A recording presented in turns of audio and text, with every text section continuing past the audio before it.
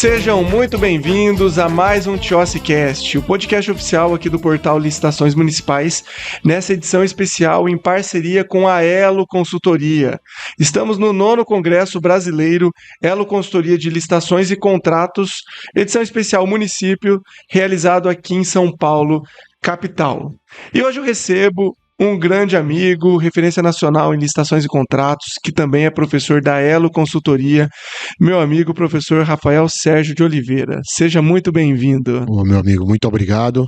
Alegria grande estar aqui. Quanto tempo que eu não via você e ter a oportunidade de revê-lo e também conversar com o seu público, com sua audiência, uma audiência tão qualificada sobre licitação e contrato. Para mim é uma grande oportunidade, já agradeço a você, agradeço a Elo Consultoria, assim como ao seu público que nos assiste. Eu que agradeço e certamente nosso público terá uma verdadeira aula aqui. Isso é bondade sua. Que você isso, é um amigo, querido. Vejam só, professor Rafael Sérgio, ele é fundador do portal LC, então já aproveita aí no Instagram, que ainda não acompanha, vai lá no portal LC, porque vocês realmente terão a oportunidade de se manterem atualizados nesse universo das contratações públicas. O professor Rafael também é procurador federal da AGU, Sim. Então revela uma experiência, uma bagagem muito grande nessa temática. Ele é professor e também apresentador de um podcast sobre licitações e contratos, que é o Reverbere. Verdade. Já vai lá no Spotify, siga o Reverbere, porque eu, quando estou em viagem, é um dos podcasts que eu ouço para me manter atualizado. A gente sabe que a gente tem palestra, tem capacitação e o que tem ali no Reverbere é sempre tudo de bom e do melhor. Obrigado, parabéns pelo projeto. Obrigado. Me inspiro muito lá no seu podcast. É verdade? Ô, cara, que coisa boa. Fico feliz. Também acompanho o seu trabalho, o seu podcast. E para mim é um prazer estar aqui nessa condição. Infelizmente, você ainda não teve no Reverbere, na bancada do Reverbere.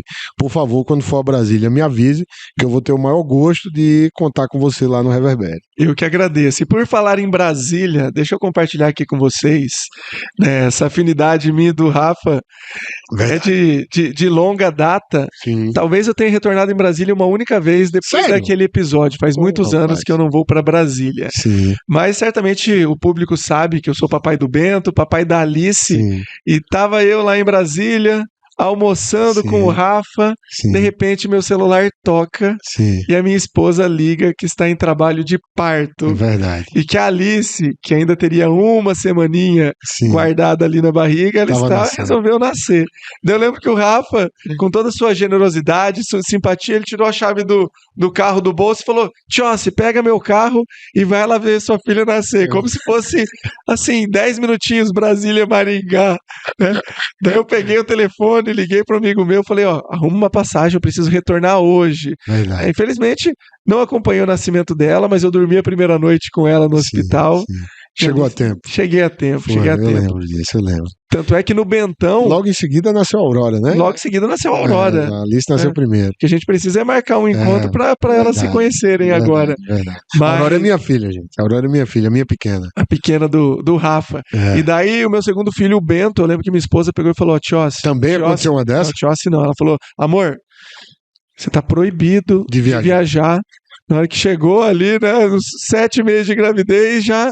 Você ficou preso em casa. Preso em casa, mas daí foi fantástico, acompanhei o nascimento ali, cortei o cordão umbilical dele, então legal. Fica... Mas você não acompanhou o nascimento da Alice, mas tem essa história pra contar que é tão bacana. Aí, toda vez que eu vejo o Rafa é inevitável pensar na minha filha, é inevitável não lembrar desse momento marcante. Que bom. Isso pra mim é uma graça, você lembrar dela quando tá comigo. Maravilha, meu amigo. Mas vamos lá, o que interessa. 14133 tem inúmeros pontos desafiadores, é uma lei disruptiva que traz novidades legislativas e uma das novidades é a figura da adesão à ata de registro de preços. E eu digo novidade porque não existia uma previsão expressa no âmbito da 8666. Embora em muitos tribunais nós tivéssemos já posicionamentos admitindo a figura do carona, nós não tínhamos a previsão e agora nós temos lá na 14133. Perfeito. Então eu queria que você falasse um pouquinho sobre essa temática. Qual que é a sua opinião em relação à adesão à ata de registro de preços? Você vê com bons olhos? Qual é o fundamento legal? Reflexões sobre essa temática, meu amigo. É difícil neste momento que a gente vive, em que recentemente, acredito que há um pouco de mês e meio, ou até mais, acho uns 2 meses, saiu uma reportagem no Fantástico falando, denunciando venda de ata de registro de preço. E eu já ouvi notícias e falação, nada concreto que me mostrassem de que inclusive existem atas sendo falsificadas, né? É difícil defender neste momento, mas eu defendo. Porque não é porque existe margem para a ilegalidade que a gente vai acabar com o Instituto. Assim como também seria dizer que a inexigibilidade, a dispensa tem que acabar, porque existe desvios na inexigibilidade e na dispensa. Ok, vai haver desvios, mas isso não quer dizer que deva acabar. É um instituto, inclusive, sui generis, uma vez até por uma demanda da AGU, ligada à Secretaria de Gestão, no estudo que estava se fazendo para a revisão do então Decreto 7892 de 2013, sobre a ata de registro de preço, especialmente sobre adesão, me pediram para fazer um estudo para saber se em outros países havia essa figura. E não conhecemos em outros países a figura da adesão à ata de registro de preço. Mas calma, gente, calma. Não é para por isso dizer, tá vendo? Isso é coisa do Brasil.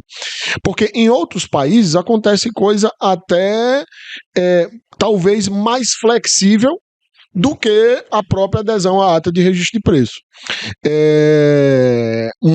Por exemplo, o que se faz em outros países, e aí posso falar Estados Unidos e Europa, pelo menos, o que a gente chama de registro de preço se chama de acordo quadro, que é o Framework Agreement. E esse acordo quadro, ele nem sempre resulta num único fornecedor registrado. Há uma licitação que às vezes vai selecionar 4, 5 para no momento da compra disputarem aquela contratação. Veja que isso é algo que eu sei que quem está competindo sou eu, Tiossi, a gente não, mas exemplo ruim a gente dá com os outros.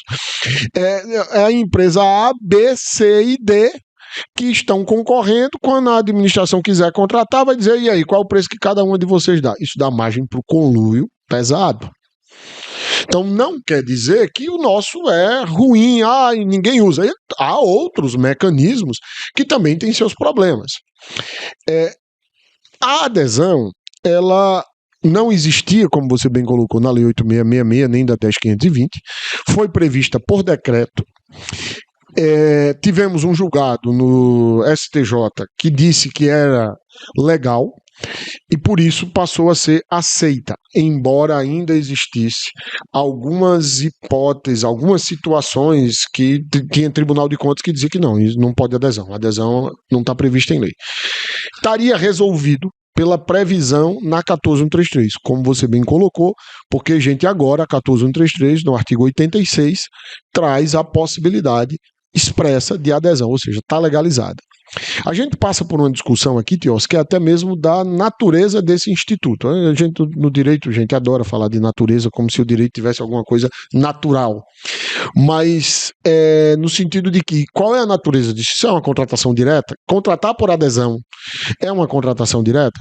Ou é uma contratação resultante de uma licitação?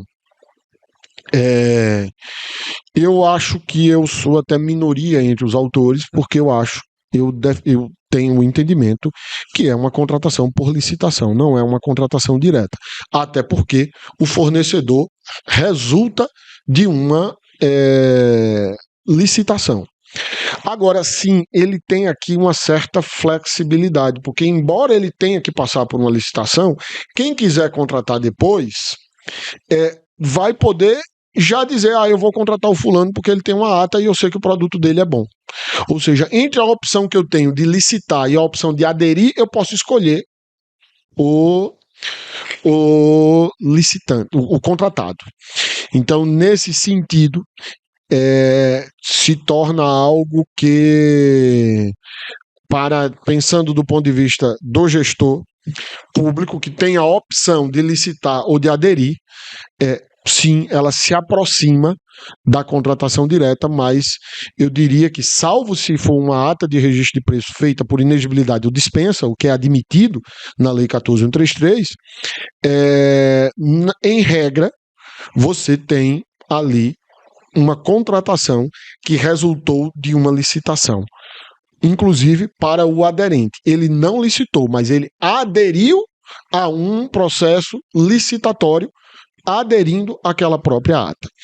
E alguém vai dizer, mas aquilo não foi licitado? Foi, inclusive porque para haver adesão tem de haver a previsão no edital e tem que ter a previsão dos respectivos quantitativos passíveis de adesão. Então, o edital carrega consigo o quantitativo, a demanda do gerenciador, a demanda do participante e a demanda dos aderentes, de modo que isso é resultado de uma licitação. Digamos agora aí, então, que estamos a falar de uma contratação que é por adesão e resultante de uma licitação, portanto, uma contratação por licitação. O que é que a lei traz? E aí, não sei se eu respondi sua pergunta já, me perdoe. Eu fui falando que eu acho que eu já me... Não, que isso.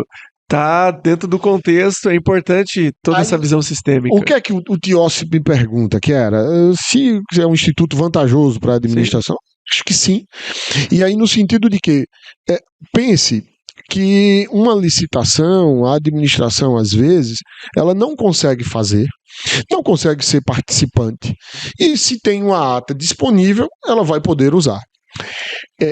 Vender a ata, eu não acho nem que é um problema. Eu acho que o problema é você criar demanda numa ata que não existe.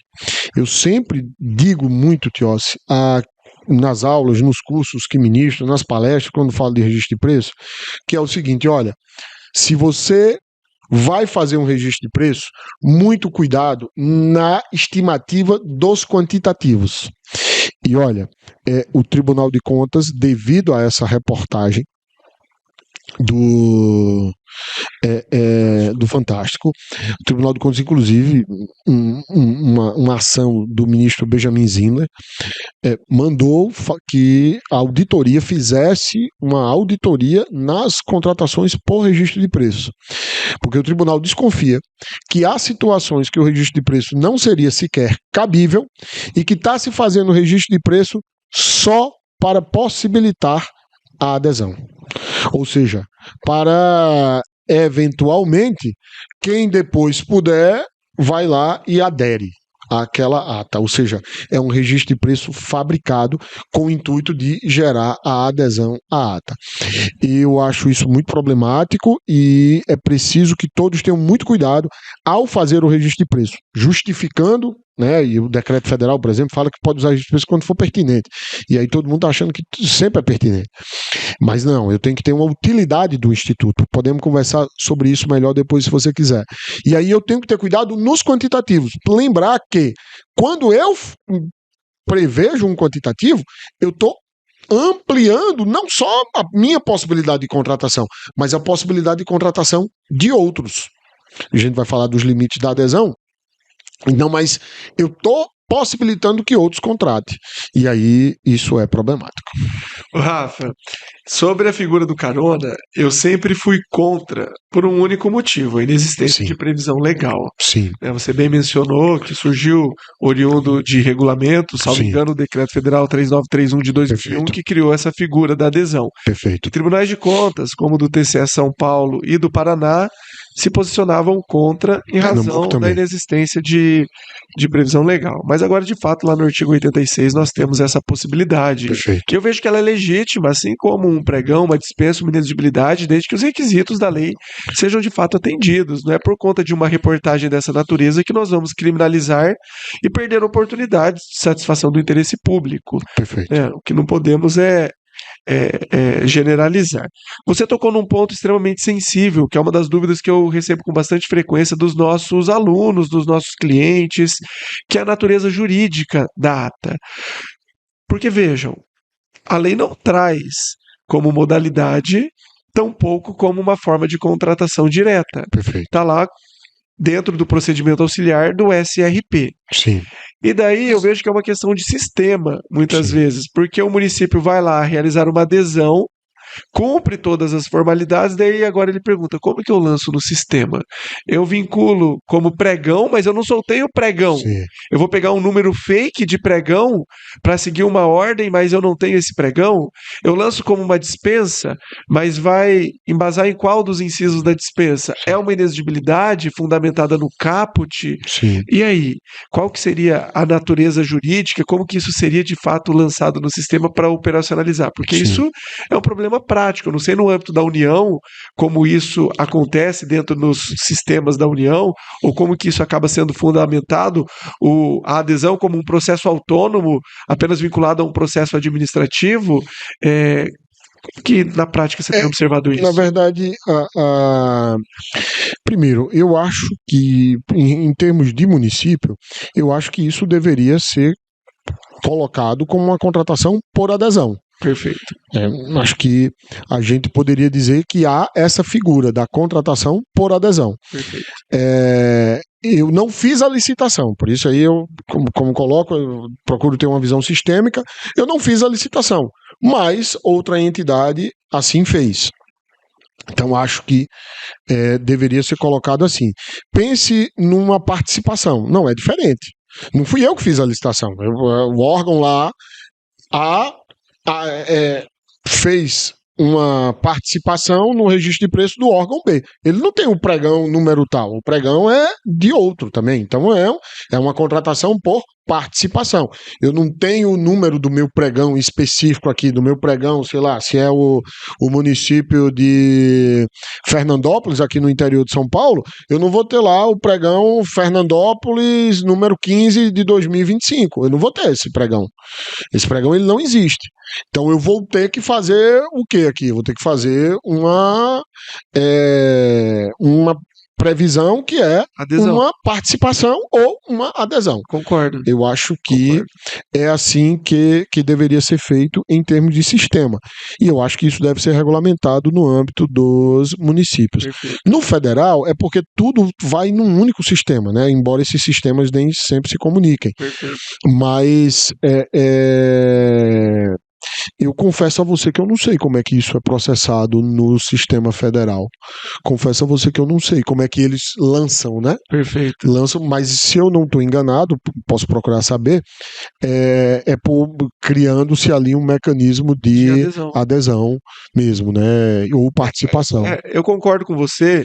Eu venho, inclusive, recomendando aos clientes que procurem as empresas de software para elas criarem essa figura. Perfeito. Porque senão acaba virando uma gambiarra dentro do sistema. Porque não tem um pregão, como você bem colocou. Exatamente. Né? Tem um pregão que muitas vezes deu a origem naquela ata, mas não um pregão para o órgão não participante lançar ali na sua sequência numérica. Correto. Perfeito. Você tocou no outro ponto também, que é uma novidade legislativa, a possibilidade de celebração de atas oriundas de contratações diretas.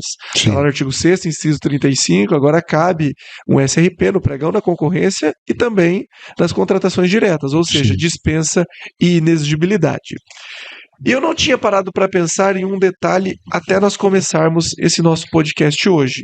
Porque teve uma alteração legislativa no final de 2023, está lá no artigo 86, parágrafo 3º, inciso 2, onde agora foi de fato legitimado a adesão entre municípios, ou seja, Prefeitura A com Prefeitura B, Câmara Municipal A com Prefeitura B, Prefeitura com eventual autarquia. Então é possível que nós tenhamos o carona.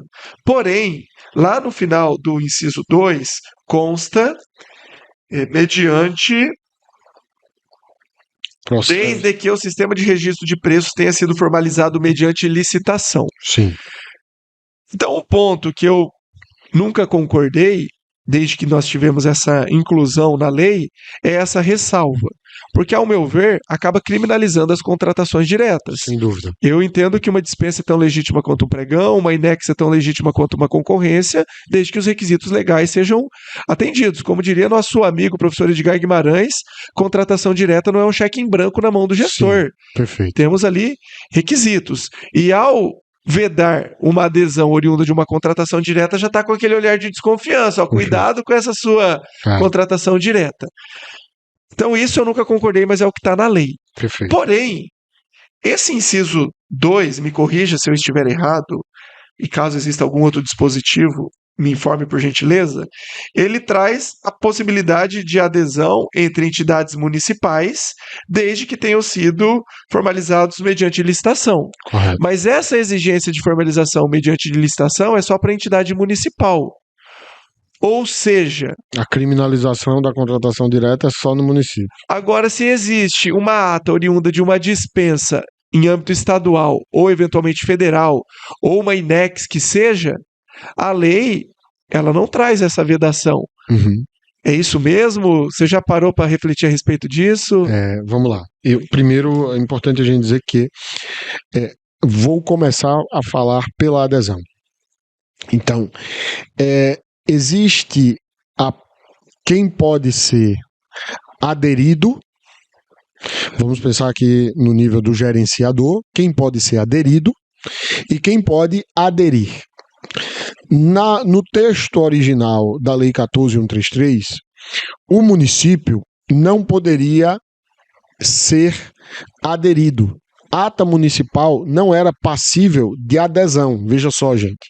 E aí eu acho isso pior até mesmo do que criminalizar a contratação direta, é você criminalizar o município.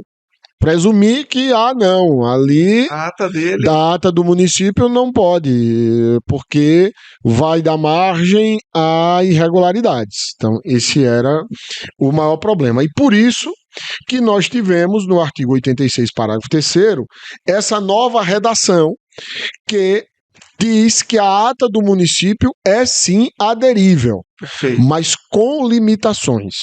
Se você olhar o inciso 1 do parágrafo 3º do artigo 86, ele diz: a faculdade de aderir à ata de registro de preço na condição de não participante poderá ser exercida. Inciso 1, atenção, gente, vejam só, por órgãos e entidades da administração pública federal, estadual, distrital e municipal, ou seja, quem pode aderir, veja que ele está dizendo, a faculdade de aderir, aí ele diz, poderá ser exercida por órgãos e entidades da administração pública federal, estadual, distrital e municipal. Todos estão aqui. Relativamente à ata de registro de preço, de órgão ou entidade gerenciadora federal, estadual ou distrital. Você fala, então o federal, o estadual, o distrital e o municipal podem aderir à ata desde que seja federal, estadual, federal, estadual ou distrital. Perfeito. Não pode um órgão estadual aderir a uma ata de um município. Não pode um órgão federal aderir a uma ata do município. E veja, aqui não tem qualquer limitação quanto a essa ata ser resultante de um processo licitatório ou de uma contratação direta. Perfeito. Até há uma discussão aqui que esse texto é da Lei 14.770 de 2023 e ele, de certo modo, vai de encontro ao parágrafo 8º do artigo 86, que diz: será vedada aos órgãos e entidades da administração pública federal a adesão à ata de registro de preço gerenciada por órgão, entidade estadual, distrital ou municipal. Aí há quem diga, está vedando aqui no parágrafo 8º, mas o parágrafo 8º é a redação original. O inciso 1 do parágrafo 3º é uma redação posterior. Por isso, a entidade federal poderia agora, com a 14770, aderir a atas federais. Não vá nessa, gente, não vá. Já vieram me perguntar isso no exercício da minha advocacia pública. Estaduais ou Sim, distritais. sim, não pode ir. Por quê? Porque o parágrafo 8º é uma norma específica, é um dispositivo específico. Aquele lá, o parágrafo 3º, inciso 1, é norma geral. E embora a lei nova revogue lei anterior, é fato que a lei nova não revoga a lei anterior se a anterior for uma norma específica.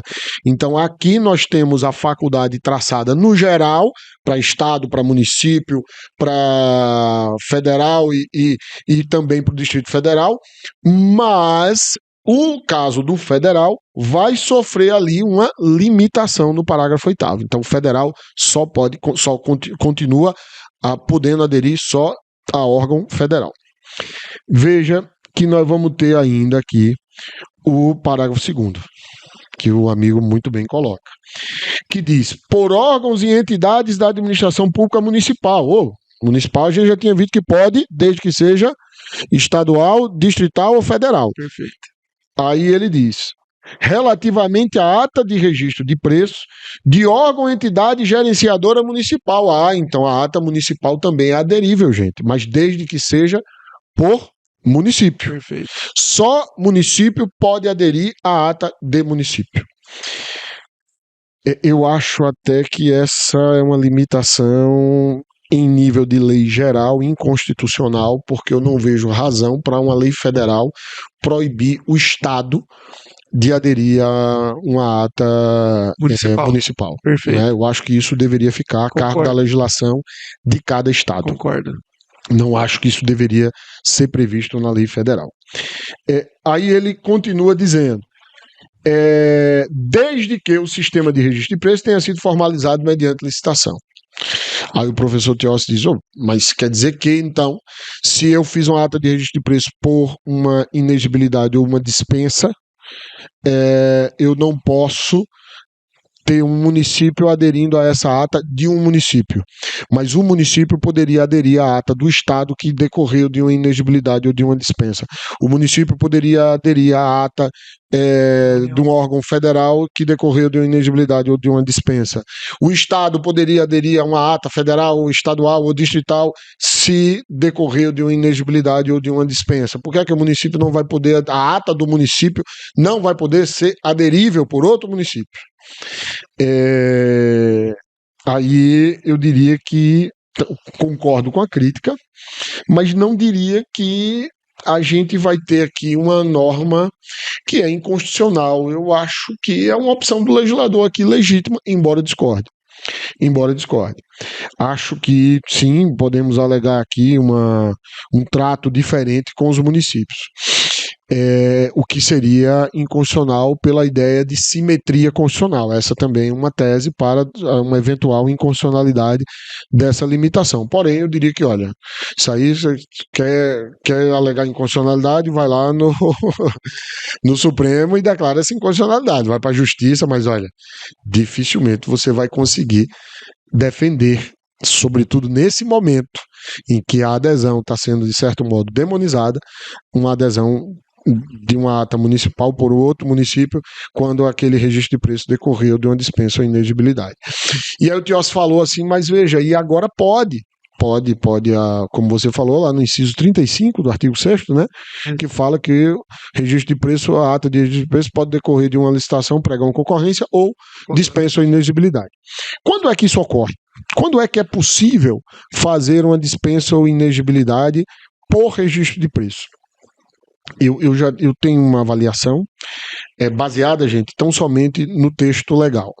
O texto legal diz: o sistema de registro de preço poderá, na forma de regulamento, ser utilizado nas hipóteses de inexigibilidade de dispensa, de licitação para aquisição de bens ou para a contratação de serviços por mais de um órgão ou entidade. Pela letra, e aqui a gente sabe que a hermenêutica jurídica, a interpretação das normas de direito, não se dá só pela literalidade, são diversas camadas que a gente usa para chegar a uma compreensão dos textos legais. Ele diz que O sistema de registro de preço poderá, aí ele diz, na forma de regulamento, nós vamos ter uma regulamentação, e aí é importante que cada ente do municipal faça o seu decreto e preveja lá as suas regras para adesão, para o caso de contratação direta por registro de preço. Na verdade, fazer uma regulamentação do registro de preço como um todo. Perfeito. Aí ele diz, ser utilizado nas hipóteses de inexigibilidade de dispensa de licitação para aquisição de bens ou contratação de serviço, ou seja, não posso contratar obra por registro de preço, por inexigibilidade ou por dispensa. E depois, por mais de um órgão ou entidade. Opa, então quer dizer que eu só vou poder usar o registro de preço quando for o registro de preço para fazer uma dispensa ou inexigibilidade, quando o fundamento do registro de preço é que aquela contratação, aquela inexigibilidade ou aquela dispensa vai atender a mais de um órgão ou entidade. Ou seja, eu vou ter o gerenciador e vou ter o participante. Só nesses casos. É isso que a lei está dizendo? A lei dá a entender que é isso mesmo. Ela está colocando, pode, mas aí ela diz ali, no final, perdoem-me aqui, para aquisição de bens, a contratação de serviços, ela diz, para a contratação de serviços por mais de um órgão ou entidade. Então, dá a entender que é só naquele caso. Quer dizer, Rafael, então, que eu tenho um equipamento aqui que precisa de um suprimento e esse suprimento só é fornecido por um único fabricante, que é um fornecedor exclusivo, e eu só posso comprar dele. E eu compro isso constantemente. Eu não posso fazer um ato de registro de preço por inexigibilidade nesse caso? Enfim, pela lei, pelo texto legal, não, mas eu acho isso irrazoável. Pelo que diz a lei, imaginemos que o município de Maringá vai contratar o curso da Elo. E ele vai dizer assim, olha, eu vou contratar o curso da Elo, vou mandar um grupo para o 9º Congresso, vamos pensar no 10º Congresso já mais para frente, e vou colocar ali 10 servidores. Alguém mais quer? Publica aquilo e aparece o município, o vizinho, e diz, eu quero. Então, o município de Maringá vai instruir um processo, vai fazer toda a INEX, vai publicar e vai estar lá. Contratação de vagas no curso, no 10º Congresso de Licitação e Contrato, e vamos colocar lá que é para o município de Maringá e outro município. Então, isso aqui seria um caso, esse é o caso, e que a lei autoriza. Essa discussão sobre essas outras possibilidades ainda está pendente. Então, eu posso ter, veja, participação na contratação direta. Isso o município pode. O que a lei está vedando é quando é adesão. Então, essa ata realizada pelo município de Maringá, contando com a participação de outro município, não pode ser aderida por qualquer outro município. É isso que diz a lei. E como você coloca, eu diria que não arrisquem, mas sim cabe um argumento de inconstitucionalidade, dado uma assimetria constitucional. A Federação Brasileira reclama que, do mesmo jeito que um ente federado é tratado, os demais devem ser tratados. Se um tem uma prerrogativa, tem que ter, o outro também tem que ter. Veja, o pregão, gente, quando o pregão saiu, ele saiu pela medida provisória. E essa medida provisória dizia que só quem podia usar o pregão era a União.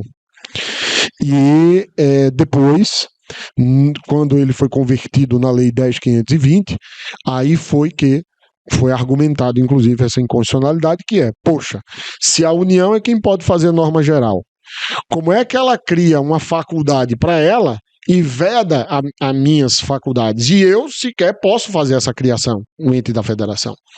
Então, se é para trazer norma geral, as normas gerais devem valer para todo mundo. Muito bom, Rafa. Dessa sua fala tem algumas reflexões. Uma delas é em relação à autonomia dos entes da federação para legislar sobre as normas não gerais, até porque a Constituição traz lá no 22 e 27 essa competência privativa para as normas gerais. Sim. E antes dessa atualização legislativa em 2023, Sim, eu vinha sugerindo aos municípios que legislassem sobre essa natureza, sim, trazendo ali o permissivo legal para adesão entre municípios, sim. porque nós não tínhamos de fato essa possibilidade legal, mas a partir de 2023 agora nós temos a adesão entre municípios. Agora, em relação ao artigo 82, parágrafo 6º, eu tenho um contraponto, né? Eu já tenho uma análise por uma outra metodologia. Eu tenho visto alguns autores, obviamente respeitando, e o professor é um exemplo disso, né? Tenho inúmeras obras do professor, Sim, estão lá na minha cabeceira é, como fonte de estudo isso é uma e obra. inspiração, Isso é uma obra. e eu vejo que muitos acabam condicionando a contratação direta para a existência de mais de um órgão ou entidade, Sim, que é o que a leitura que acabou de ser feita. é. Mas na minha análise, a condicionante não seria a existência de mais de um órgão ou entidade, seria a existência de um regulamento para dispor sobre uma compra compartilhada para mais de um órgão ou entidade. Sim, Porque se a gente pega lá o artigo 6º, inciso 35, lá não traz qualquer tipo de condicionante, perfeito. de modo que uma prefeitura, ao realizar uma dispensa de 50 mil, ela poderia celebrar uma ata dessa dispensa de 50 mil. Sim, De modo que, diante de uma vedação pautada no 82, parágrafo 6º, ela teria que instaurar um pregão para uma ata de 50 mil, de 40 mil, de 10 mil, de 5 mil, que seja. sim, Então, a minha análise é que a condicionante é o regulamento para uma compra compartilhada, e não uma compra compartilhada para fazer uma ata oriunda de uma contratação direta. E eu pego como exemplo o Decreto Judiciário 269 de 2022, o Tribunal de Justiça do Estado do Paraná tem lá no seu artigo 19 a seguinte redação, que este tribunal ele vai realizar atas oriundas de dispensas, mesmo nos casos em que não hajam outros órgãos participantes. Eu sim. trouxe no seu regulamento. Temos o nosso amigo, o professor José Anacleto Abduchi. Ele produziu um texto recentemente onde ele fala também sobre essa possibilidade Sim. de contratação. Então é um tema que eu sei que divide opiniões, que nós temos talvez a corrente majoritária que vem ao encontro das lições que o professor compartilhou aqui, mas eu encampo uma outra análise sobre essa Se temática. você me permite, eu nem fui claro em relação a isso, né, na minha conclusão. Eu tinha essa avaliação de que deveria limitar, mas hoje eu já tenho outra avaliação. Eu não vejo razoabilidade numa situação como essa. E eu vou dar um exemplo, que foi o exemplo que me apresentaram, e eu falei, eita, e aí? É mesmo. Um caso básico. Vou fazer um registro de preço. Fazer a licitação. Fiz a licitação. A licitação deu deserta ou fracassada. Vou contratar por dispensa. Chamo a empresa, eu não vou poder fazer registro de preço. Eu vou ter que fazer contrato. Veja um caso clássico. Eu dei aquele caso, fornecedor exclusivo. Poxa, eu posso fazer uma ata. E vou demandando por nota de empenho. Justifico todo o processo, tá tudo já justificado. Vou ficar com 2 anos desse processo aqui. Não preciso fazer um contrato de fornecimento continuado. Não quero comprometer orçamento. Por que não? Então hoje eu já tenho outra avaliação que vai ao encontro do seu pensamento. É óbvio que quando eu li logo eu falei, não, mas é isso. E depois mas aí a discussão nos leva exatamente a isso que você falou. A ser apresentada a situação, você fala, mas por que não? Quando eu quis dizer que a letra é apenas uma das camadas da interpretação, era para dizer que sim, o texto, na minha avaliação, limita. Mas eu acho que aqui vai caber fazer uma interpretação que venha ao encontro da razoabilidade e da eficiência da administração pública. E o registro de preço, desde que cabível, desde que seja assim eficiente, seria plenamente cabível numa situação como essa. Hipótese que o SRP realmente é necessário. Exatamente. Eu tenho até um outro exemplo, esse seu se enquadra perfeitamente, Sim. mas se a gente para e avalia sobre a possibilidade de uma dispensa emergencial, eu tenho visto que diante de catástrofes, Sim. vem a Defesa Civil, vai lá e decreta estado de calamidade pública. Daí o poder público tem que agir de maneira imediata para resolver toda aquela problemática. E eu já ouvi relatos de servidores que estão ali no Corpo de Bombeiro, na Defesa Civil, que muitas vezes é realizada a compra, uma compra volumosa, para que não falte nada para quem está desassistido. E veja, nesse momento, o poder público realiza aquela compra, só que muitas vezes ela vai além da real necessidade, de modo que a situação emergencial ela cessa e o poder público fica ali com um estoque enorme, já que não tem mais utilidade. Perfeito. E daí ele me fez a pergunta em um treinamento: professor, caberia um SRP decorrente de dispensa emergencial? E aquilo foi inusitado. E eu refleti na hora e respondi sim. Porque ele falou, se encaixaria perfeitamente na nossa necessidade. Porque, por mais que nós tenhamos métricas, que nós tenhamos um histórico do eventual problema, a gente não sabe quando um morro desmorona e leva casas e leva vidas, quantas pessoas definitivamente estavam ali. Qual Perfeito. será o impacto? E se a gente faz um SRP oriundo de uma dispensa emergencial, eu consigo, de forma gradual, fazer o atendimento, porque eu já tenho um vínculo com o detentor da ata e conforme a necessidade vai surgindo, eu tenho aquele fornecedor.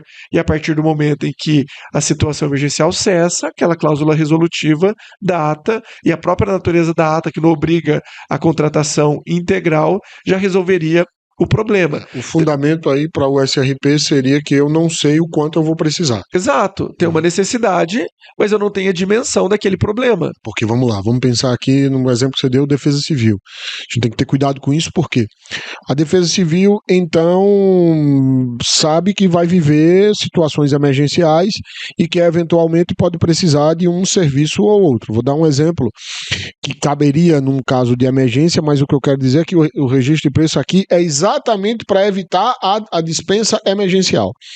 Queimadas. O ICMBio tem a missão de combater queimadas.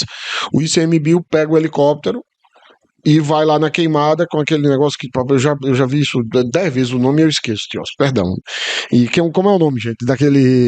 Aquele balde que vai embaixo e ele abre com a água e cai em cima da queimada. Eu faço até o sonzinho, mas eu não sei o nome. Os universitários, né? Eu não lembro o nome disso. Mas acho que você está visualizando o que eu tô dizendo. Sim. Aquele helicóptero com um balde embaixo, sim, carrega a água e joga lá na queimada. Ora, eu vou fazer um registro de preço para isso. E veja, eu poderia não fazer o registro de preço. Quando viesse a queimada, eu fazer uma contratação emergencial. Mas eu posso fazer um registro de preço e ficar esperando. Então, esse é só a cautela que eu colocaria. Então, vamos pensar no caso da cheia do Rio Grande do Sul. Ali surgiram demandas imprevisíveis para todo tipo de órgão público. Desde obra a fornecimento de bens, de serviços. Então ali sim é um caso que, olha, eu vou fazer uma emergência e como você colocou, não sei até quando vai durar essa situação emergencial, então eu vou fazer um registro de preço, não sei até quando vai durar, não sei o que eu vou precisar, eu vou fazer um registro de preço, eu acho que seria sim possível.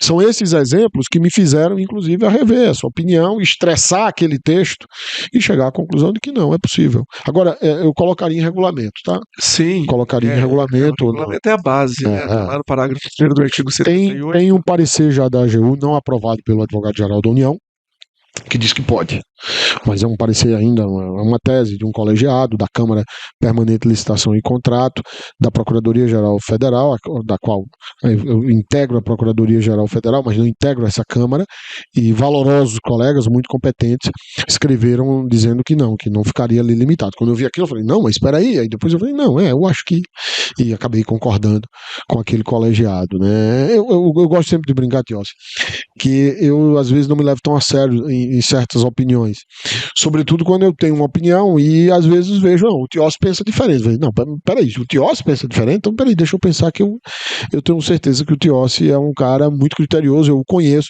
e aquilo a gente sempre deve estar aberto a rever nossas posições, sobretudo porque o direito serve aos fatos, não são os fatos que servem ao direito.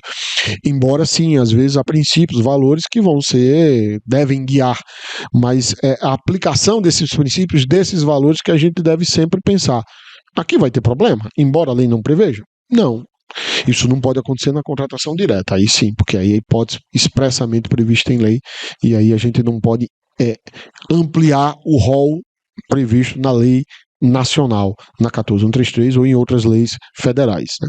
Rafa, eu também não tenho nenhum problema em mudar de opinião e faço isso com bastante frequência, porque somos seres pensantes. Logo, quando a gente vem e traz uma tese diferente e fundamentada, sem problema nenhum, eu mudo na hora, nem hesito em relação a isso, até porque a percepção que nós tínhamos quando a lei foi publicada e agora, que de fato ela vem sendo utilizada, é uma percepção bem diferente. Perfeito. Né? E eu vejo que essa questão do SRP ainda a gente precisa avançar bastante. Fazer uma reflexão maior. Com certeza. Rafa, tem um ponto que para muitos ainda é uma polêmica, não sei qual é a sua opinião, mas para mim é um tema pacífico, até uma questão lógica, a possibilidade de renovação das quantidades diante da prorrogação da vigência da ata. Sim. Até vem ao encontro desse estudo que você comentou que o TCU vem realizando sobre realmente os SRPs que estão sendo abertos condizem com a natureza de um SRP, porque a gente percebe que muitos acabam adotando o SRP como uma válvula de escape para a falta de planejamento. Não sabe o quanto precisa, vai lá e abre uma ata pelos mais diversos motivos. E essa ata depois pode ser comercializada, acaba servindo como uma barriga de aluguel para inúmeras adesões, que são termos que a própria jurisprudência do TCU já trouxe algumas vezes. Mas se a gente vai lá no artigo 40, inciso 2, consta que o planejamento deverá levar como parâmetro a expectativa de consumo anual e, sempre que possível, processadas pelo SRP, ou seja, mesmo uma ata demanda o planejamento. E quando a gente fala do PCA, lá no 12, inciso 7, também plano de contratação anual. Então a gente faz uma ata de 1 ano, prorroga por igual período e, ao meu ver, renova os quantitativos. Temos enunciados da Justiça Federal, do Instituto Nacional da Contratação Pública, inúmeros regulamentos a respeito disso. O decreto federal, ele é silencioso em relação a esse ponto. Já tem um parecer da AGU. E a gente percebe posicionamentos. A AGU também já se posicionou, o próprio Ministério Público da União também tem posicionamentos nesse sentido. Tranquilo, para mim esse é um ponto já superado. Mas a minha pergunta vem em relação à adesão. Veja, a lei traz limites para adesão. Eu só diria que esse não é um ponto tão superado. Certo. Requer cautela. Eu falo quando você colocar. Perfeito. Deixa eu complementar e você traz todo o seu contexto. A lei traz limites no artigo 86 para adesão. Dobro do quantitativo registrado, limitado a 50% para os órgãos não participantes. Partindo do pressuposto, mediante regulamento, já que a lei não traz essa possibilidade legal, demandaria o regulamento.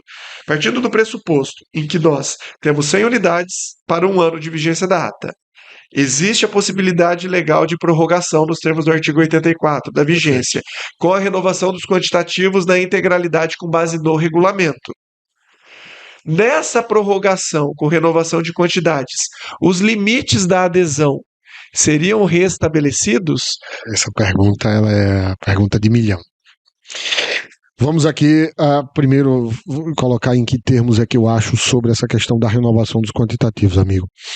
Veja, eu acho que há situações e situações. O planejamento, ele tem que considerar, ele tem que prevalecer, como você bem colocou. Realmente, eu poderia dizer, não vamos entrar nessa discussão. A ata pode ser prorrogada? Coloca no quantitativo da ata 1 ano, mais 1 ano, coloca logo o que você pretende consumir, contratar em 2 anos. Então, essa era uma solução viável. Mas o Tiossi vem e muito bem coloca, mas olha, o planejamento é anual. Então como é que eu vou já fazer um planejamento para 2 anos? Tá bom, mas se eu contar com a renovação do quantitativo, veja que eu só vou poder renovar o quantitativo registrado. De certo modo, eu estou fazendo um planejamento para 2 anos. Estou contando que é esse quantitativo para esse ano. Quando eu prorrogo, quando eu renovo a vigência da ata, ele vai dar o dobro. É um planejamento para 2 anos, porque, óbvio, o meu segundo ano está limitado àquele mesmo quantitativo. Esse é o ponto que eu coloco, que eu acho que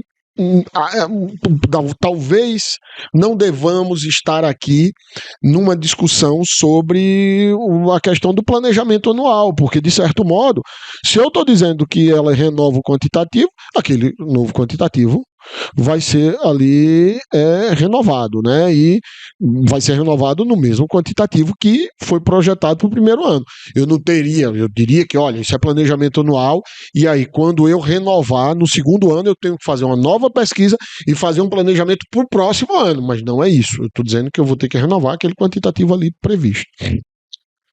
E vou até apimentar daqui a pouco uma discussão sobre outra discussão interessante sobre essa questão da renovação. Aí veja que eu fiz uma contratação para registro de preço. Mas era uma contratação, eu usei o registro de preço porque era uma compra parcelada. E aqui é importante, gente, a gente diferenciar o que é a contratação permanente, frequente, e o que é a contratação parcelada. Eu fiz uma contratação parcelada, Tiossi. Era um caso em que eu ia comprar computadores, fiz um planejamento anual que eu iria comprar 100 computadores, ia ser 30, 30, 30. Né? 30, instala, 3 meses, depois mais 30 e tal. Vou fazer a licitação, fiz o registro de preço. Chegou, tá acabando e atrasou. E eu tenho lá meus 100 computadores na ata. Se eu prorrogo essa ata, eu renovo o quantitativo? Veja, eu não vou ter necessidade de 200 computadores. A questão aqui é prazo. Então, numa situação como essa, eu não acho que tem como você prever, ainda que você preveja, a justificativa da sua contratação não justifica uma renovação do quantitativo. Porque se eu preciso de 100, é 100. Ah, Rafael, mas e se eu precisar de mais? Mais quanto? Então essa ata não é meramente a prorrogação não é meramente um ajuste como é que eu diria, de prazo. E eu ainda tenho a possibilidade de contratar e depois fazer os acréscimos no contrato. Ainda há essa possibilidade, caso o meu quantitativo aumente. Porque se diminuir, não tem problema, é só eu contratar menos, eu não sou obrigado a contratar o todo. Ok, então eu diria que primeiro eu tenho que ver essa questão do planejamento. O parecer da AGU enfrenta isso nesses termos. Tem que ter essa questão da necessidade da renovação, tem que ser enfrentada no planejamento, justificada e prevista no edital. Até temos uma manifestação, uma súmula, né, um enunciado do INCP que diz que não precisa, mas o parecer da AGU veio com essa possibilidade, com a qual eu concordo, porque a licitação, o licitante ele oferece a proposta conforme na verdade eu gosto de dizer até que o licitante não oferece uma proposta, ele oferece uma contraproposta, porque a administração é quem faz a proposta. A administração diz, olha, eu quero contratar isso e é assim. Aí o licitante vem e diz, olha, peraí que eu vou te dar uma contraproposta, e a contraproposta, na verdade, não é necessariamente de mudar o objeto, mas é no preço, porque a administração diz um valor estimado, eu estimo pagar isso, aí o licitante diz, não, eu faço, portanto, menos. É uma proposta também, mas só para dizer que a administração já faz uma proposta. Perfeito. A administração já propõe o negócio. É isso e eu estou disposta a pagar tanto. Perfeito. E aquilo é uma proposta. Quem topa? Se você vem, me dê um preço aqui que vai ganhar quem me der o menor preço. Em tese é sempre assim. Então, eu vou ter ali já desenhado o negócio. E quanto é 100? Se é 100, mas pode se tornar 200, que isso esteja previsto no edital. Então, essas são as condições colocadas no parecer da AGU. Então, e qual seria o caso, na minha avaliação, que seria passível de uma previsão de renovação dos quantitativos, a contratação frequente ou permanente, que é aquela que a gente compra serviços como chaveiro, contrata serviços como chaveiro, que compra combustível, que compra água mineral, que compra material de escritório, são coisas que eu preciso frequentemente e são bens de consumo, não são bens duráveis. Então, eu usei, esgotou, preciso contratar de novo. É contratação frequente ou permanente. E aí eu vou precisar sempre dele. Não é o que ocorre com o carro, não é o que ocorre com o computador. Então, eu não vejo essa possibilidade. E aqui sempre considerando que o mundo é tão diverso e amanhã pode aparecer uma possibilidade que eu diga, na parcelada cabe também e tal. Assim como eu justifico, às vezes, se a justificativa for tão somente o registro de preço, porque vai atender a mais de um órgão ou entidade, e eu vou comprar um equipamento para cada, eu também não veria, um tomógrafo, eu não veria necessidade. Até porque essa compra, embora não seja parcelada, ela vai usar o registro de preço, porque tem dois órgãos ali participando, o gerenciador e o participante. Então, eu acho que nesses casos não. Eu acho que no frequente e permanente, e naquele último caso, que é o caso em que não se sabe qual é o quantitativo a ser contratado. Porque, de fato, eu posso prever um quantitativo e dizer, olha, o máximo é esse, e se vier na prorrogação, eu vou dobrar, porque, óbvio, que no ano que vem o meu quantitativo também pode ser aquele que eu tinha estimado anteriormente. Rafa, eu concordo integralmente com você, que tem todas essas condicionantes, que tem que analisar o caso concreto, do que é parcelado, do que é permanente. Assino embaixo 100%, né? Isso. A minha fala, ela é restrita exclusivamente à possibilidade de renovação, Perfeito. desde que Sim, cumpra tais requisitos. Não que seria uma renovação automática. Um ano prorrogável por igual período com renovação integral. Mas sim sobre essa possibilidade de restabelecimento de saldo, que pode ser um saldo parcial, caso tenha os requisitos legais, comprove a vantajosidade, uma série de outros requisitos que a legislação também determina, como requisitos de habilitação, uma série de questões. Mas me filio a essa sua... Eu ainda não respondi sua pergunta, inclusive. Perfeito. Mas aí vamos lá que a gente vai ter outro problema. Eu tenho 100. Está previsto ali 100. No primeiro ano foi consumido 80. Água mineral. Vamos prorrogar essa ata. Mais um ano, mais 100 e tem 20 que sobrou do ano passado. E aí? Perfeito. Qual é? Eu tenho 120 ou eu só posso agora usar os 100? Esse é outro problema que se coloca. O saldo não consumido no primeiro ano pode ser jogado para o segundo ano? E aí é onde eu acho que o planejamento anual vai incidir. Ora, se eu fiz um planejamento anual, era 100, beleza, não foi, tranquilo, eu perdi aqueles 20. Vou prorrogar, vou manter os 100. Eu sou dessa opinião, especialmente neste momento, gente. E aí eu estou sempre me preocupando para quem eu estou orientando. O que eu já vi foram tribunais de contas que disseram que era isso. Não, no saldo você perde. O que você não consumiu naquele ano, você perde. Então essa é a minha opinião quanto a isso. Eventual saldo é perdido e você só renova, entra no novo ano só com o valor da ata, sem aquilo que tem de saldo. Rafael, e aí? Mas e a pergunta do Tiócio? Não vai responder não? Que é, eu previ a prorrogação e previ a adesão. Era 1.000, e vamos relembrar os limites que o Tiócio já muito bem colocou. Essa adesão pode ser o dobro. Em sendo o dobro, então, daquela licitação que prevê 1.000 para gerenciador e participante, lembrando que é o dobro da quantidade registrada para gerenciador e participante. Gerenciador tem 700, participante tem 300, forma 1.000. Não é só o do gerenciador, não é só os 700 do gerenciador, é gerenciador e participante, é 1.000. Então a adesão pode ter 2.000.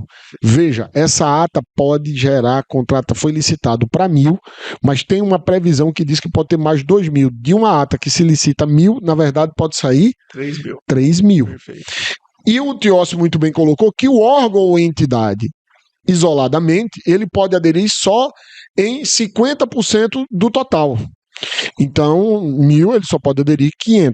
Perfeito. Se todos os órgãos que aderirem na sua totalidade, você só vai ter obrigatoriamente 4 aderentes. Perfeito. Que são 2.000, cada um pegando 500. Perfeito. Esse é o limite.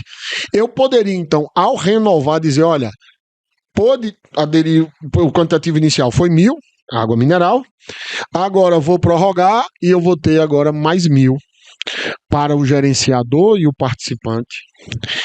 E, veja só, eu vou ainda ter mais 2.000 de adesão. Eu acho que não. Por quê? Porque eu acho que essa possibilidade, esse limite, ele vai incidir sobre o quantitativo licitado. E essa prorrogação, óbvio, ela vai ali gerar renovação e que foi licitada também, porque estava prevista a prorrogação e com a previsão expressa de novos quantitativos. Mas eu acho que o que a lei quer ao prever esse limite, só acho mesmo, vocês me perguntarem aqui muita pergunta, eu vou dizer, olha, eu diria que não, porque eu acho que é como se você renovasse a ata no seu todo para uma demanda que não é sua especificamente, né? Eu acho que a possibilidade ali tem que ser vista com uma certa limitação. E por isso, confesso que eu tenho um pouco de receio de dizer que pode depois alguém dizer e se prejudicar. Mas eu acho que não, eu acho que isso não geraria a renovação da adesão. Só acho. Confesso que não tenho um pensamento aí formado. Acho que seria razoável também. Eu confesso a você que esse é um ponto que eu diria, seja cauteloso. E aqui com cuidado com quem está nos ouvindo.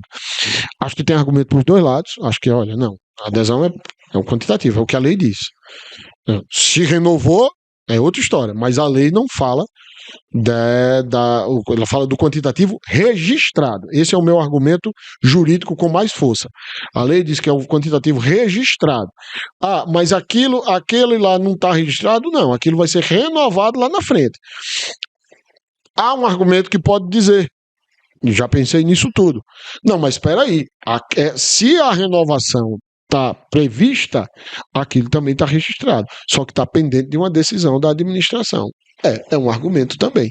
Então, veja que eu preferiria dizer que ficaria mais limitado ao primeiro quantitativo. E olha só, esse debate ele vem à tona por conta do momento que nós estamos vivendo. Quando a lei foi concebida, não falávamos sobre isso. Por quê? Porque por isso que é nova lei ainda, né? É nova lei.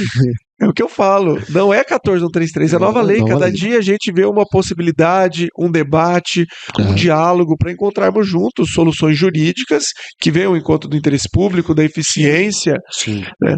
E a opinião do amigo é que a adesão também seria dobrada, no caso, renovada. Eu vejo que a lei não traz essa resposta. Demandaria o quê? O regulamento, primeiro ponto, trazendo tal possibilidade. Sim. E o caso concreto pautado no planejamento, que foi praticamente o centro dessa nossa conversa. Sim. Porque, veja, no exemplo que o professor trouxe, nós temos lá 100 unidades, consumiu 80, sobraram 20. A lei não fala se eu renovo, a lei sequer fala da renovação dos quantitativos. Então, via regulamento, eu consigo enxergar uma possibilidade legal de prorrogar com o restabelecimento do quantitativo original, acrescido do eventual saldo remanescente. Mas não é aquilo que eu recomendo aos meus clientes. Sim. Eu posso fazer uma renovação de prazo e de quantitativos restrita ao que foi consumido no primeiro ano, Perfeito. que foram as 80 unidades e não o quantitativo original. Sim. Eu posso restabelecer o quantitativo original, que é aquilo que foi e que vem sendo, em boa parte dos regulamentos, como possibilidade, Sim. descartando o saldo remanescente. Mas tudo, o que vai trazer a resposta é o plano de contratações anual. A expectativa do primeiro ano foi de fato consumada? A quantidade para o próximo ano é a mesma? Será que foi além? Será que foi aquém da necessidade? É isso que vai legitimar. Por isso que eu não defendo a prorrogação com renovação automática. Diante da possibilidade do interesse público e de motivação sobre um quantitativo, a gente teria essa possibilidade de renovação. E daí, nesse primeiro momento, eu me filio à possibilidade, diante da prorrogação com renovação, de novas adesões, já que nós teríamos todo o quantitativo restabelecido, uma nova execução. Sim. Então é o que eu defendo desde que exista a previsão no regulamento de forma expressa. E que, como eu falei, é possível, eu acho que você tem argumentos para os dois lados. Neste momento, eu tenho muita cautela. Se você me perguntar, é possível construir um entendimento sobre isso? Eu diria que sim, é possível. Agora, veja, vamos lembrar que eu teria de início, eu até. Qual é o entendimento dos tribunais de contas? Vai permitir adesão? Justifique. Por que você vai permitir adesão? Isso vai trazer algum eventual ganho para você?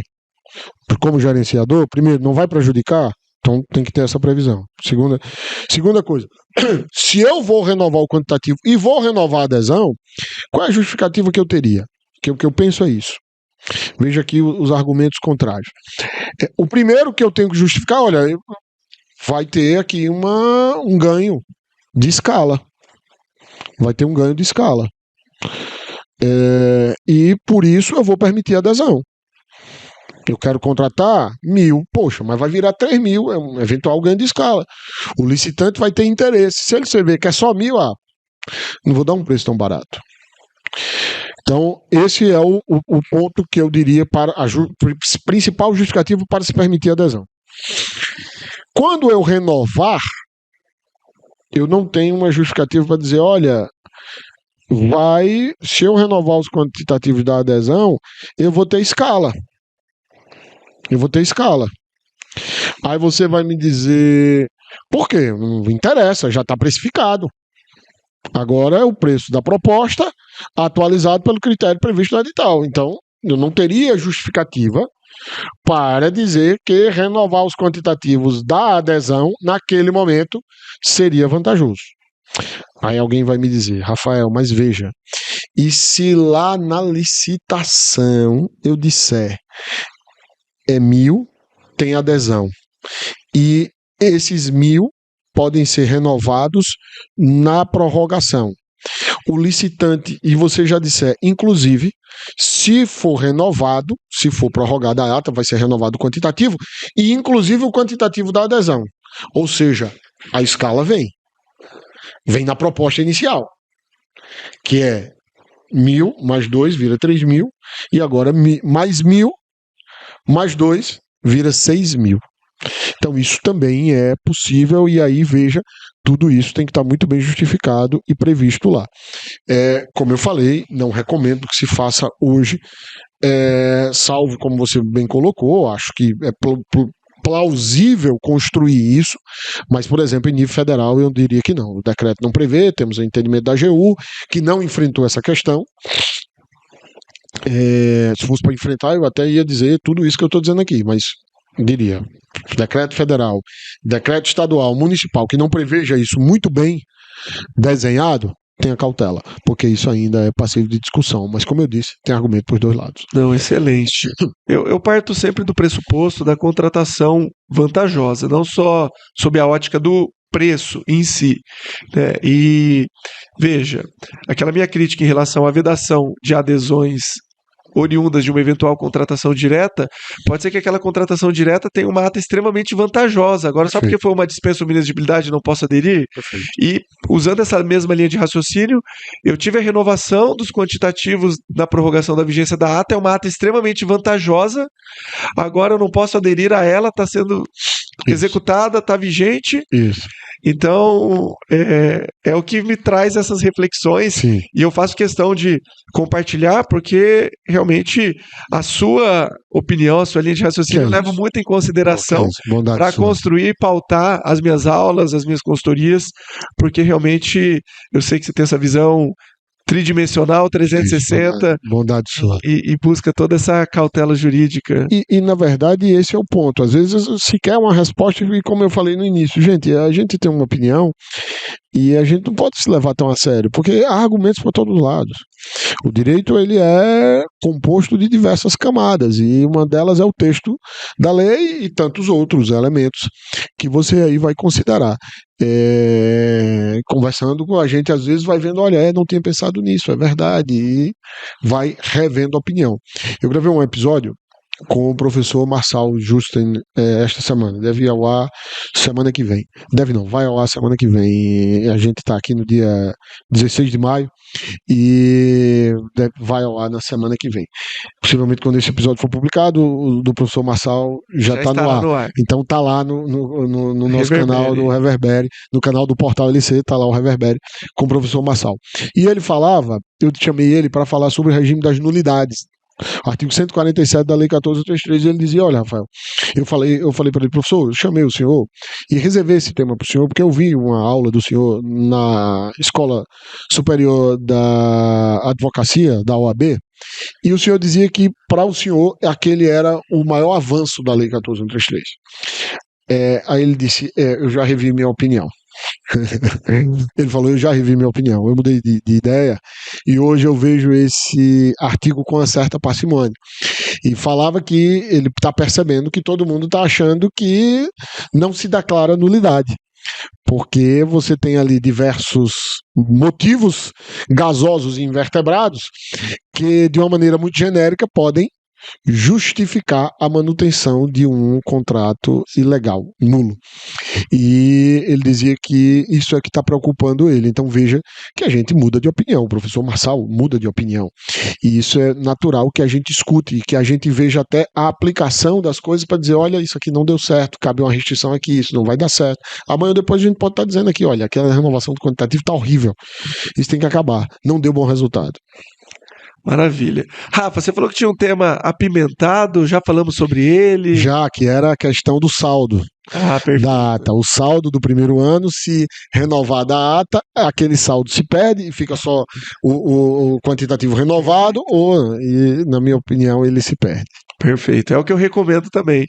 Até porque a ata não obriga a executar, não executou, perdeu. Perdeu, perfeito. Maravilha. Rafa, vamos imaginar que esse nosso TiosiCast alcance todos os servidores públicos do Brasil. Rapaz, vai alcançar, eu tenho certeza. TiosiCast e Elo junto não tem como, vai alcançar, tenho certeza. Qual seria a sua mensagem para esse nosso público tão seleto sobre a 14.133? Olha, não se faz uma nova lei para se continuar fazendo a mesma coisa. Gente, parem para ver o tanto de dinheiro que se gastou desde que essa lei foi implementada. Primeiro, para fazer a lei, tem um processo legislativo que custa. Custa para a sociedade, diversas entidades representativas de fornecedores, de construtoras, de prestadores de serviços foram ao Congresso defender seus interesses quando essa lei tramitava. Depois, o próprio parlamento, depois, entidades representativas de municípios, de estados, muito trabalho para fazer a lei. Feita a lei, publicada a lei, você ainda tem um trabalho danado de capacitar as equipes, mudar regulamentos, contratar consultoria, contratar capacitação, para fazer mais do mesmo. Então, uma nova lei requer novas condutas para que a administração avance. Eu até lamentei muito, Tios, porque muitas entidades demoraram a implementar a Lei 14.133. Eu fiquei admirado, como é que ninguém gostava da 8666 e vem uma nova lei que tem uma nova pegada, embora tenha assim um pouco de mais do mesmo, mas ela tem uma nova pegada. Eu não acho ela tão assim revolucionária, mas sim ela traz novas possibilidades. Mas essa lei ela precisa ser implementada no que ela tem de novo. E eu vou dizer ainda que a gente deve procurar saber que, ao interpretar essa lei, deve-se buscar eficiência. E buscar eficiência não é buscar facilidade. A gente tem eu gosto de fazer uma comparação. Nessa lei nós recebemos o diálogo competitivo. E o diálogo competitivo foi inventado na Europa em 2004. Em 2004, o que é que a gente estava criando, Tios? Bem dizer, naquela época ali. Pregão. O pregão. Então veja o tanto que a gente tem ainda para avançar, não é? Em termos de possibilidades de contratação. E eu acho que essa lei permite muita coisa, permite centralização. Fiquei muito feliz. Saiu um acórdão essa semana do ministro Benjamin Zimler falando da possibilidade de exigência de certificação voluntária, inclusive citando os meus comentários ao artigo 17, parágrafo 6º da Lei 14.133, e que é algo que é maravilhoso para a administração. Exigir certificação é uma maneira de exigir controle de qualidade, de certo modo dispensar laudo pericial, dispensar a vistoria, a amostra. Então veja o quanto a lei avança trazendo novas possibilidades e graças a Deus, eu via muita gente dizer, isso não vai poder porque a justiça do TCU dizia que não, mas agora está na lei. E muitas vezes O TCU, óbvio, e os tribunais de contas dos estados também têm referendado, dando mais liberdade para o gestor. Então, ousem, justifique. Se a gente quer que o controle tenha deferência com o gestor tem que ter deferência com o controle. E a deferência do controle do gestor para com o controle é a justificativa daquilo que está sendo feito. Muito bom, meu amigo.